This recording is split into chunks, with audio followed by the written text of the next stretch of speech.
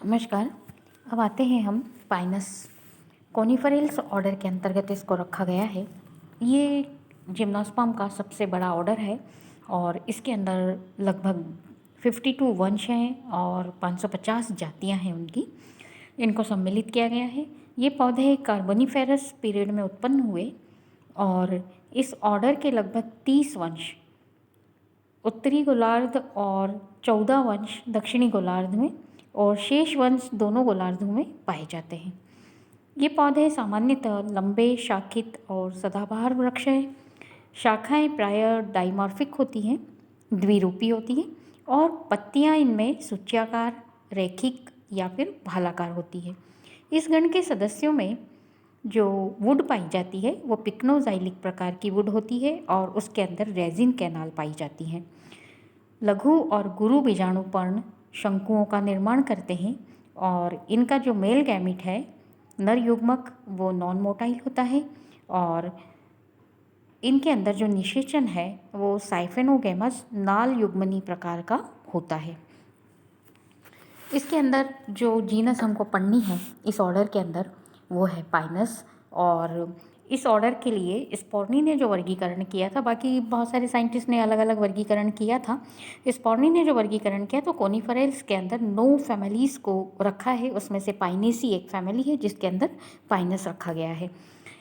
Pinaceae family के अंदर monoecious प्रकार की जातियाँ पाई जाती हैं और इसके अंदर जो पत्तियाँ हैं वो निडल लाइक स्पाइरली अरेंज होती हैं। इनकी पत्ती के अंदर 1 या 2 वस्कुलर बंडल होते हैं और दोनों वस्कुलर बंडल एक उभयनिष्ठ बंडल शीट से घिरे हुए रहते हैं। इनके अंदर जो पॉलन ग्रेन होते हैं वो विंग्ड पॉलन ग्रेन होते हैं और मादा शंकु में जो लीफ मेगास्पोरोफिल जो स्पाइरली अरेंज होती है उनके अंदर उन लीफ के अंदर ओव्यूलिफेरस स्केल पाए जाते हैं जो कि ब्रैक्ट स्केल से मुक्त होते हैं। केवल आधार पर जुड़े रहते हैं और जो ओव्यूलिफेरस स्केल है वो ऊपरी सतह पर 2 ओव्यूल को धारण करता है। तो इस प्रकार से ये पाइनेसी फैमिली के कुछ कैरेक्टर्स हुए। इसके बाद आते हैं हम पाइनस जो हमको पढ़ना है इस जीनस को, तो इसका जो सिस्टमिक पोजीशन है वर्गीकरण में इसका स्थान जो रखा गया है वो कोनिफेरोफाइटा इसका डिवीज़न है और वर्ग जो है वो कोनिफेरोप्सिडा, ऑर्डर इसका कोनिफेरल्स और फैमिली है पाइनेसी जिसके अंदर पाइनस को रखा गया है। अब इसकी एक्सटर्नल मॉर्फोलॉजी सबसे पहले हम देखते हैं कि बाह्य संरचना किस प्रकार की दिखाई देती है। तो ये एक वृक्ष प्रकार का पौधा होता है और इस पाइनस कोनिफेरल्स ऑर्डर का प्रमुख जीनस है और इसके अंदर लगभग 150 जातियाँ पाई जाती हैं जो कि नॉर्दर्न हेमिस्फीयर में व्यापक रूप से वितरित होती है। टेम्परेट और सब अल्पाइन क्षेत्रों में ये एवरग्रीन फॉरेस्ट के रूप में सदाबहार वनों के रूप में पाया जाता है, उगता है ये वहाँ पर। और इंडियन सब कॉन्टिनेंटल में इसकी लगभग 6 जातियाँ पाई जाती हैं जिनमें से 4 जातियाँ उत्तर पूर्वी और उत्तरी हिमालयी क्षेत्रों में वितरित होती हैं। जो कुछ भारत में पाई जाने वाली जातियाँ हैं 6, वो इस प्रकार है। पाइनस रॉक्सबर्गाई जिसको चीड़ के नाम से जाना जाता है और ये जाति कश्मीर, पंजाब, हिमाचल प्रदेश, नेपाल, उत्तरांचल की पहाड़ियों में और लगभग 450 से लेकर 2250 मीटर की ऊंचाई तक पाई जाती हैं और इनके अंदर निडिल शेप्ड पत्तियां पाई जाती हैं। इन वृक्षों की ट्री टाइप के मतलब वृक्ष होते हैं ये, तो वृक्ष की जो ऊंचाई है वो लगभग 35 से 50 मीटर तक होती है पाइनस रॉक्सबर्गाई की, जिसको चीड़ कहा जाता है। फिर पाइनस वैलीचियाना, इसको केल कहा जाता है, हिंदी नाम जो है वो केल है और इसकी जो जाति है ये कश्मीर, हिमाचल प्रदेश, पंजाब के पहाड़ी क्षेत्रों में पाई जाती है और 50 मीटर तक के लंबाई इस वृक्ष की होती है और इसके अंदर प्रत्येक जो पर्णस्पर है इसके अंदर 5 सूच्याकार पर्ण पाई जाती हैं और स्ट्रोबिलस का आकार बेलनाकार होता है। इनके मतलब जो मेल और फीमेल कोन जो बनते हैं वो बेलनाकार होते हैं। पाइनस जेरार्डियाना, जिसको चिलगोजा कहा जाता है, इनका बॉटनिकल नेम पूछा जाता है। चीड़ का बॉटनिकल नेम और चिलगोजा का बॉटनिकल नेम एग्ज़ाम में पूछा जाता है। तो यहाँ पर चिलगोजा का जो बॉटनिकल नेम है वो पाइनस जेरार्डियाना, और ये जाति जो है वो सामान्यतः कश्मीर और हिमाचल प्रदेश में पाई जाती है। हिमाचल प्रदेश के किन्नौर क्षेत्र में लगभग 2100 से 3300 मीटर ऊंचाई तक पाई जाती है, और इन वृक्षों की ऊंचाई 11 से 20 मीटर तक होती है। इनके अंदर जो लीफ स्पर होते हैं वो ट्राइफोलिएट होते हैं, और इनके जो बीज हैं, मतलब चिलगोजा, खाया जाता है, और बीज जो है लगभग 0.5 से लेकर 2.5 सेंटीमीटर तक लंबे होते हैं। पाइनस मरकुसी, इसको मरकस पाइन कहा जाता है। यह जाति पूर्वी बंगाल, बर्मा में कम से कम लगभग 150 से लेकर 600 मीटर की ऊंचाई तक मिलती है, और इस जाति के पौधे जो हैं वो थोड़े अपेक्षाकृत दूसरी जातियों की अपेक्षाकृत छोटे होते हैं, 3 से 4 मीटर तक की हाइट के होते हैं। प्रत्येक लीफ स्पर में केवल 2 ही इनका जो आइडेंटिफाइंग कैरेक्टर, लीफ प्रत्येक जाति को किस तरह से पहचाना जाता है, तो इनमें लीफ में अलग अलग निडल शेप्ड लीफ होती है, जो लीफ स्पर से 2 के बंच में निकलती है, किसी में 3 के बंच में निकलती है, इस तरह से निकलती हैं। ट्राईफोलिएट, टेट्राफोलिएट, बाईफोलिएट इस तरह से होती हैं, तो उससे इनको आइडेंटिफाई जनरली किया जाता है। फिर पाइनस इंसुलेरिस, इस खासी पाइन के नाम से जाना जाता है, और ये जाति आसाम के खासिया क्षेत्र में पाई जाती है, इसीलिए इसको खासी पाइन कहा जाता है, और ये लगभग 700 से लेकर 1850 मीटर की ऊंचाई तक व्यापक रूप से वितरित होती है। इन वृक्षों की ऊंचाई लगभग 30 मीटर तक होती है, और इनमें जो लीफ स्पर है वो ट्राइफोलिएट होते हैं। पाइनस अरमंडी, इसको अरमंडी स्पाई कहा जाता है। यह उत्तरी भारत के पूर्वी क्षेत्रों में पाई जाती हैं, और लगभग 1500 मीटर की ऊंचाई तक पाई जाती हैं, व्यापक रूप से पाई जाती हैं, और इन वृक्षों की हाइट जो है वो 15 से 18 मीटर तक होती है। इनके लीफ स्पर जो होते हैं वो पेंटाफोलिएट होते हैं, मतलब 5 पर्णी होते हैं। ये सभी जातियाँ भारतवर्ष में इन जातियों के अलावा भारत में पाई जाती है, और इन जातियों के अलावा से और भी जातियाँ जैसे मोंटाना है, पाइनस मोंटाना, लेरियोसिया इत्यादि जातियाँ भी इंट्रोड्यूस की गई हैं। अब ये जो पौधा है ये बीजाणुद्भिद पौधा होता है, और जिम्नोस्पर्म में आने वाले सभी पौधे बीजाणुद्भिद पौधे होते हैं, और बीजाणुद्भिद पौधा होता है। और ये बीजाणुद्भिद पौधे को इसके एक्सटर्नल मॉर्फोलॉजी देखते हैं अब हम, तो इसको जड़, तना और पत्ती में विभेदित किया जाता है। और पाइनस का जो बीजाणुद्भिद पौधा है ये पेरिन्यूअल, मतलब बहुवर्षीय सदाबहार वृक्ष है। ये सामान्यतः टेम्परेट ज़ीरोफिटिक आवास में पाया जाता है, और युवावस्था में इसकी सभी जातियों में पिरामिड शेप पाया जाता है। इसका शेप जो है वो पिरामिड प्रकार का, टिपिकल पिरामिड प्रकार का होता है, और इसको जड़, तना और पत्ती में विभेदित किया जाता है। सबसे पहले आते हैं कि इसकी जड़ किस तरह से दिखाई देती है। तो ये सुविकसित टेप रूट होती है इसके अंदर, परंतु ये मिट्टी में अधिक गहराई तक नहीं जाती है, और लेटरल रूट्स विकसित करती हैं। इनके द्वारा, जिसके द्वारा से ये लैटरल रूट विकसित करती, जिसके द्वारा ये मिट्टी में आसानी से जमे हुए रहते हैं।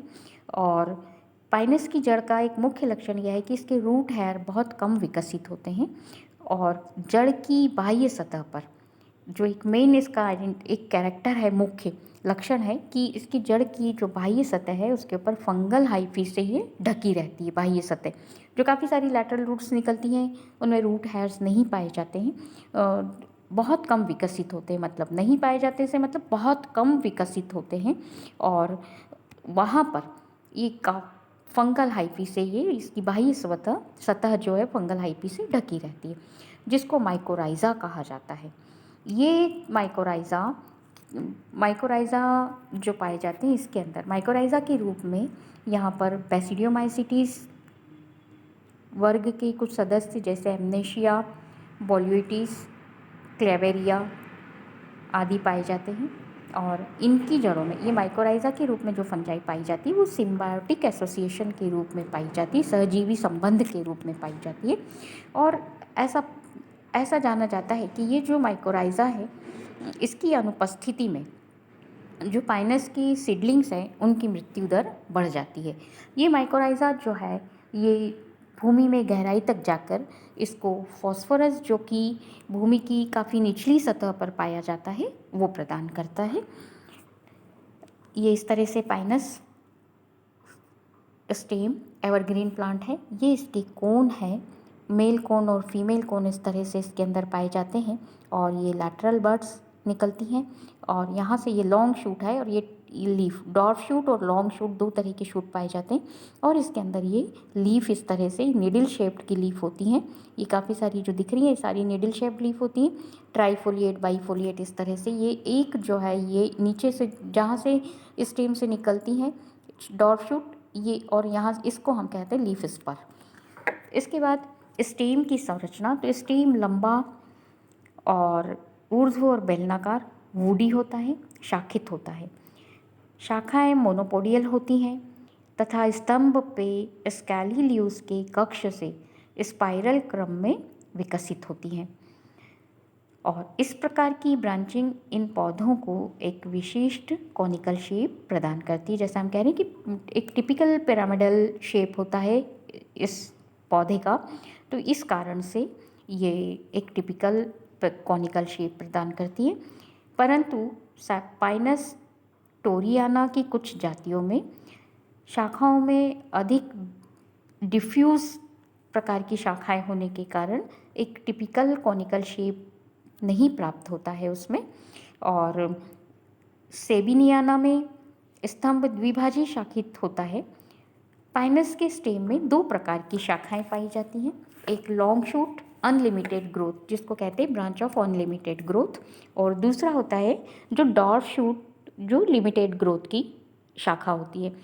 तो जो अनलिमिटेड ग्रोथ की शाखाएं होती है तो इन शाखाओं का जो अग्रस्त एपिकल बड है वो अनिश्चित काल तक वृद्धि करती है, इस कारण से इसको अनलिमिटेड ग्रोथ की शाखाएं कहते हैं, जिसके कारण इन शाखाओं की वृद्धि असीमित होती है और ये शाखाएं स्टेम पर उपस्थित स्कैलीलियूस के कक्ष से विकसित होती हैं और इनका जो विस्तार है वो मुख्य अक्ष के क्षैतिज रूप में होता है और इन शाखाओं पर केवल स्कैलीलियूस ही पाई जाती हैं।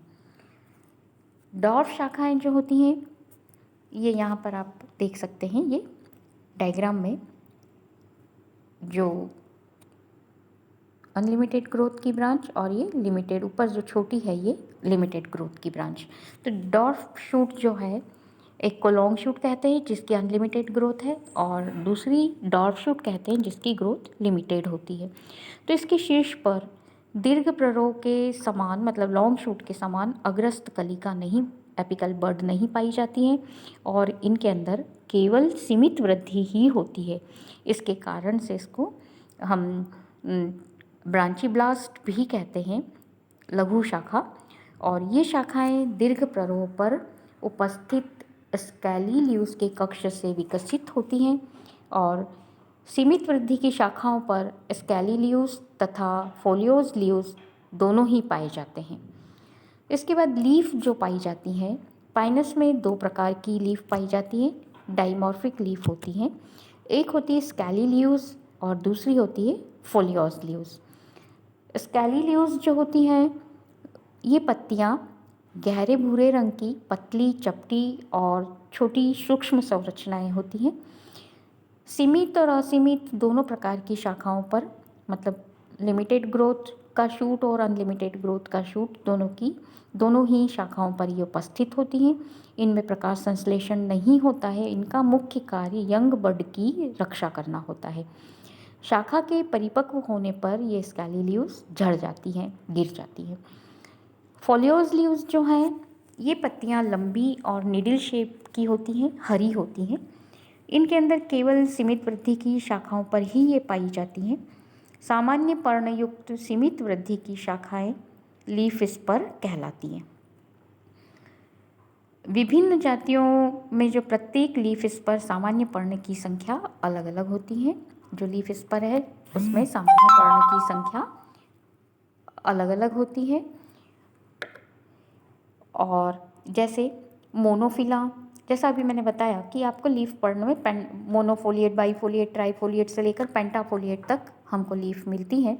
तो यहाँ पर जो जैसे मोनोफिला, इसमें स्पर्म में पत्तियों की संख्या केवल 1 होती है। सिल्वेस्ट्रिला, मरकुसी, लॉन्गिफोलिया, इनमें सब में 3 होती है। पाइनस एक्सेला, अर्मंडी, इनके अंदर 5 होती है। तो इस तरह से इस लीफ स्पर्म में लीफ की संख्या सभी में अलग अलग होती है। सामान्य जो लीफ है ये, इनमें फोटोसिंथेसिस होता है, क्लोरोफिल उपस्थित होता है, जिसके कारण से इनमें फोटोसिंथेसिस होता है और सीमित वृद्धि की शाखाओं पर ये अनेक वर्षों तक लगे रहते हैं। सामान्य पर्ण की आकृति जो है वो सूच्याकार होती है और ये ज़ीरोफिटिक एडॉप्टेशन को, मरुद्भिद अनुकूलन को प्रदर्शित करते हैं। तो इस तरह से ये इसकी एक्सटर्नल मॉर्फोलॉजी होगी। इसके बाद इंटरनल जो स्ट्रक्चर है वो नेक्स्ट उसमें देखेंगे। धन्यवाद।